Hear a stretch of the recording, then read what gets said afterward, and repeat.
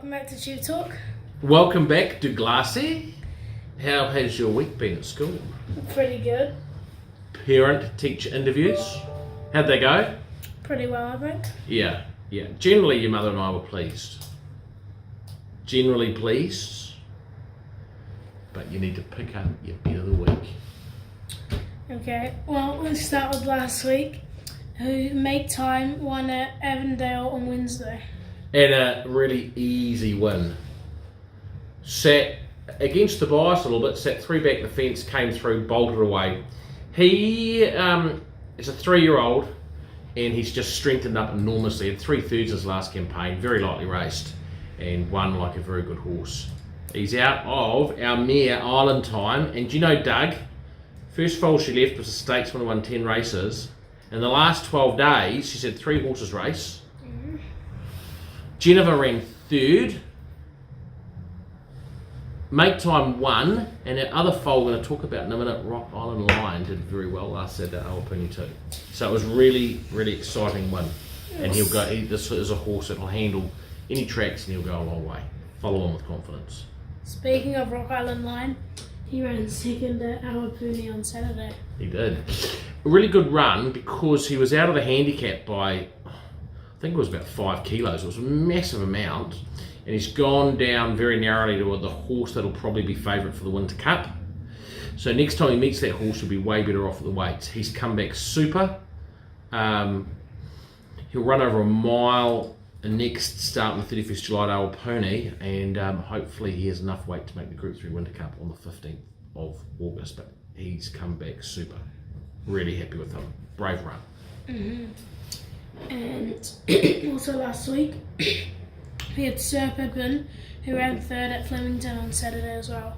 Yeah, and he just a little bit fitter, and he likes Flemington. Probably just a length too far off them on a very slow pace. Dived through, looked like he was going to win, and probably just the moderate tempo, slow tempo favoured those horses on speed. But he fought really well to run 3rd and pay, it was like $5.80 a place, which was really, really nice money. So he was good, and he's back in form, and he 2,000 metres again next start at Moonee Valley. Just actually ran quite well at Moonee Valley, so he might be a little bit better off in the handicap next start and might strike a relatively similar field. So he's just starting to hit form for this campaign. Hopefully the tracks don't get too wet. He wants it reasonably good. And finally for last week, Sale also ran 3rd. So another Sir Pippin's one of our imports, and Sale another one of our imports. Super run. He's just had a few little issues, wasn't quite fully fit, sat back last off a slow tempo, roared home for 3rd, super run, just a little bit older and more mature, and he's in for a really, really good prep. He's going to be very progressive this preparation. He started off with a distance too short from 1300, and when he steps up in distance, I think he's going to win a lot of races this prep. And moving on to this week, on Saturday at Counties, Thread the Needle in race 5. We thread the needle in race 5. Quiet week this week, Doug, isn't it? Just 3 runners. Now, Counties has moved to Avondale for Saturday.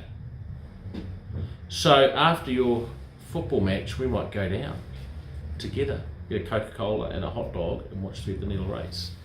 The rail will be out. There was a definite on-rail bias the other day at Avondale. She's drawn well, Danielle Johnson in the saddle. So I imagine we'll stick handy and close to the rail.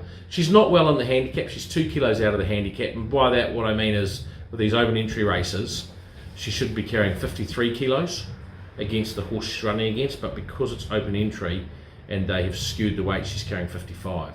But the track will be no issue. She's come back well. She was really, really unlucky last start. Should have won. And while she's the lowest rated horse in the field, I wouldn't be surprised at all to see her run well. She'll certainly be getting a few of my dollars. Yeah. And at Doomben race 5, we have Stardom. 50-50 to run. He's drawn wide over 2,000 metres, short run to the first turn. On ability, he's right up to this race, but there's a nice 2,200 metre race next Saturday with 75,000. And an opportunity to draw a bit better than the 2,200 metres probably suits him better than the 2,000. So leaning towards saying we're going to scratch and wait 1 week But if he does run and gets a nice run in transit, he will be hard to beat.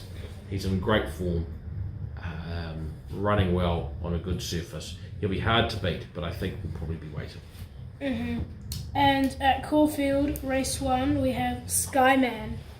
Yeah, now special horse, one of our imports that was bought by the Waimate Wonder, Matt Orner. And Matt's here today. Say hello, Matt. Hello, Matt. Matt's in the office watching how the magic happens today, and he's how pumped are you about Skyman, Matthew? Very excited. Yeah. Very excited. Can't wait. Again, he's out of the handicap as well. He's a couple of kilos out of the handicap. But a mile first up, I think, suits. Nice draw. Damien Thornton on board. Wouldn't be surprised at all to see this horse run very well. But whatever he does, he will improve. But he's a big watch on Saturday. Big watch, $18. I suspect he's on the fixed odds. I suspect he's well over the odds.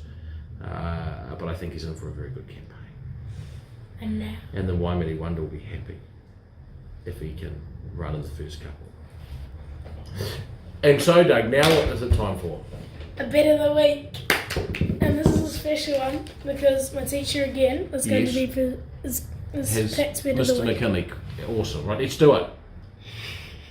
Douglas, we are back with Mr. McKinley's bet of the week. Now, I've got to tell you, I was at Tirapa at the races a couple of weeks back, going for a pee in the men's toilet. This guy came up to me and said, "Hey, you've got to bring the teacher back. He's your best tipster." And I've never met him before, and he watches TubeTalk. So it must be true. It is true. So we brought him back, and Matt is not happy about it, but we're going to continue still forward.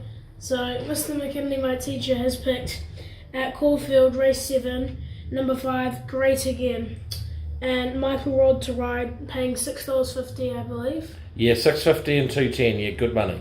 Had 24 starts, has won 10 times and 7 placements, so pretty good win ratio, I'd say. Amazing. And a great distance starts. Needs wet track and only reservation. And he said if it's a wet track and wet and soft, it'll be easier for him. But if it's dry, lower chances of winning. But okay, so we've got to watch the weather. Yeah. And if it's like a soft 7 or worse or heavier, we ring the bank and say, how much money have you got? Can I borrow? We put it all on. Yeah. And if it's dry, we just have a little dollar each way bet. Like trading, that's probably all I'm going to do. Yeah. I don't have a whole lot in the bank. My money will be on them because Dogs rule. Nice. And you're an old dog now, aren't you? I am. All right, mate. Let's see how we go. And you want to talk us out? Yep. Thank you for listening to TubeTalk, and we'll see you next week. Bye. Bye. They're about 5 in front now of Stasolita. He's getting up on the inside on See the Stars. He's got 6 or 7 lengths to make up. He'll have to be a champion. Stasolita races into the lead now. 2 in front. He is a champion, I reckon. He's got the run now in the centre. He's out after the leader. He picks up Stasolita. He powers clear.